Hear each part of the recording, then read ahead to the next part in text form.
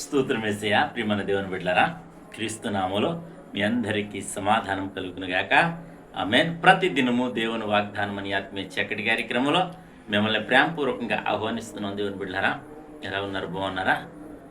ఉదయాన్నే లేచారా? ప్రార్థన చేసుకున్నారా? మరి దేవుని కృపను బట్టి ఈ దినం మరి 3వ తారీఖులోకి మనం ప్రవేశపెట్టబడ్డాం. మరి దేవుని కృపే ఈ దినం బ్రతుకున్నాం అని మీరు ప్రతి ఒక్కరూ నమ్మాలి అని తెలియజేస్తూ, మరి ప్రతి దినము ఆయన స్తుతించండి. ఎందుకంటే మరి దినమును చూడడం అంటే అది కేవలం దేవుని కృప. దినమంతయు గడ్డం అంటే కూడా ఆయన కృపే. ఆయన మనకు తోడుంటేనే మరి దినమంతయు గడుస్తుంది కనుక మరి నిత్యము ఆయన కృతజ్ఞత స్తుతులు చెల్లించుకుంటూ దేవునికి దగ్గరగా జీవించాలి. దేవుని ఆలోచన ఉద్దేశాలని మనం నెరవేర్చేవారే ఉండాలని తెలియజేస్తూ, ప్రతి దినము దేవుని వాగ్దానం అని ఆత్మీయ చక్కటి కార్యక్రమంలో వాగ్దానం చదువుతున్నాను. నిర్గమాకాండము 16వ అధ్యాయము 7వ వచనం.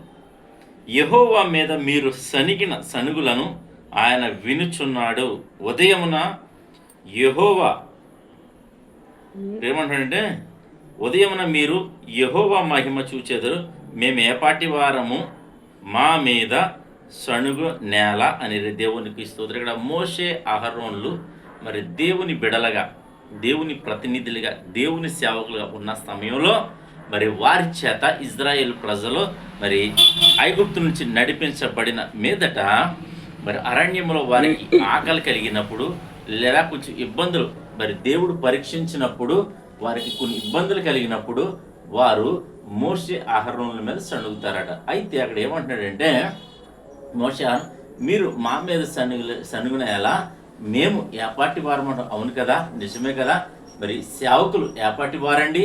మరి సేవకులు మరి కేవలం దేవుడు ఏర్పరచుకున్న మరి ఒక పనిముట్లు లాంటి మాట కనుక మరి ప్రతి ఒక్కరూ గుర్తుంచుకోండి. ఈ ఉదయాన్నే ప్రభు మనకి ఏం తెలియచేయాలనుకుంటున్నాడంటే, మీరు ఒకవేళ సేవకుల మీద ఒకవేళ సణుగులు మరి సనిగే వారిగా ఉన్నామేమో, ఒకవేళ మనకు కలిగిన పరిస్థితులను బట్టి ఎదురవుతున్న మరి దేవుడే పరీక్షిస్తున్న సమయంలో మనము మరి దేవుని మీద సణుగే వారిగా ఉండొచ్చు, అలాగే సేవకుల మీద సణుగే వారికి కూడా ఉండొచ్చు. అది సణుగులన్నీ అట దేవుడి మీదనట. అందుకని మరి ఇక్కడ ఏమంటాడంటే, ఉదయాన్నే మనము దేవుని మీద, దేవుని సేవకుల మీద మరి సణిగే వారిగా ఉండకూడదని ఇక్కడ దేవుని వాక్యం సెలవిస్తుంది కనుక, అయినప్పటికీ దేవుడు కృపామయుడు గనక, సణుగుతున్నప్పటికీ కూడా ఇక్కడ కృపామయుడు గనక మరి ఇక్కడ సేవకుల నోట ఏమి సెలవిచ్చాడంటే, ఉదయమున మీరు దేవుని మహిమను చూస్తారని వాగ్దానం చేసింది. దేవునికి స్తోత్రం.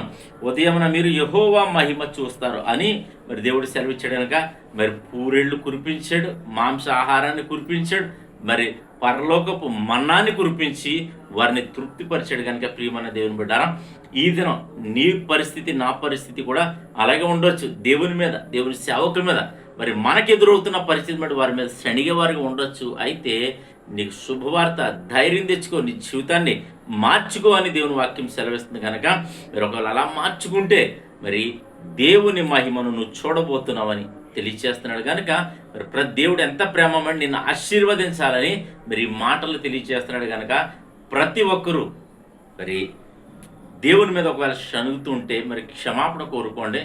దేవునికి దగ్గరగా జీవించడానికి మరి ప్రయత్నించండి. దేవుని యొక్క తీర్పుకు, దేవుని యొక్క మరి పరీక్షకు లోబడేవారుగా ఉండాలని తెలియచేస్తూ, తద్వారా మీరు దీవించబడాలి, ఆశీర్వదించబడాలని దేవుడు కోరుకుంటున్నాడని తెలియచేస్తూ, దేవుడి మాటలు దీవించునుగాక.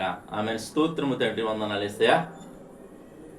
ప్రతిదినము దేవుని వాగ్దానం నీ ఆత్మీయ చక్కటి కార్యక్రమంలో తండ్రి విరుస్తున్న వాగ్దానం బట్టి స్తోత్రాలు. ఎంతమంది ప్రజలు యూట్యూబ్ ద్వారా, షేర్ చేయడం ద్వారా, ఫేస్బుక్ ద్వారా తండ్రి రోడ్డు మార్గం వెళ్తే చదువుతున్న వారందరి జీవితాల్లో నా ప్రభా కృపంశమని, దయించమని, మేలు చేయమని ప్రార్థిస్తున్నాను. సమయంలో తండ్రి ఎంతమంది ప్రజలు నా తండ్రి నాయన నీ మీద సణిగే వారిగా ఉన్నారో, సేవకుల మీద సణిగే వారికి వారందరినీ దయతో క్షమించి ప్రభా, వారి యొక్క జీవితాలు వారికి ఎదురవుతున్న మానవులు కనుక మాకు ఎదురవుతున్న పరిస్థితి ఏ సందర్భంలో ఒకవేళ మేము మీద సణిగి ఉంటే ప్రభా, మిమ్మల్ని అపార్థం చేసుకుంటే మీరు పెట్టే పరీక్షను ప్రభా నన్ను గుర్తించలేక అపార్థం చేయడం మమ్మల్ని క్షమించమని ప్రార్థిస్తున్నాం ప్రభా. నీ మహిమను ప్రతి ఒక్కరి జీవితంలో మరి కనుపరచమని ప్రార్థిస్తున్నాం. సమయంలో వ్యాధులు, ఎట్టి వ్యాధులున్నా, రోగాలున్నా, బాధలున్నా, సమస్యలున్నా, నిందలున్నా, అవమానాలున్నా, పోరాటాలు ప్రతి దాని నుంచి క్రీస్తు మమ్మల్ని విడిపించి నీ యొక్క మహిమను కనపరచమని ప్రార్థిస్తున్నాం. అలాగే తండ్రి వివాహం కాని వారికి వివాహాలు, ఉద్యోగాలు లేని వాడికి ఉద్యోగాలు, గర్భం లేని గర్భఫలాలు. అయ్యా ఎవరెవరు ఏ పరిస్థితిని ప్రభా నేనా నీకు అనుకూలంగా జీవిస్తూ నా తండ్రి, అలాగే అనుకూలంగా జీవించుకున్నప్పుడు కూడా నేను ప్రభా నన్ను ఈ యొక్క మేలు ఆశిస్తున్నారు వారందరినీ కృపతో జ్ఞాపకం చేసుకోమని ప్రార్థించాం. సంఘాలు, సేవకులు ఉన్నారు, మీరు జ్ఞాపకం చేసుకోండి, దీవించండి ప్రభా. సార్వత్రిక సంఘాన్ని దీవించండి, మా భారతదేశానికి రక్షణ తెచ్చండి, రక్షణ వ్యవస్థను కాపాడండి.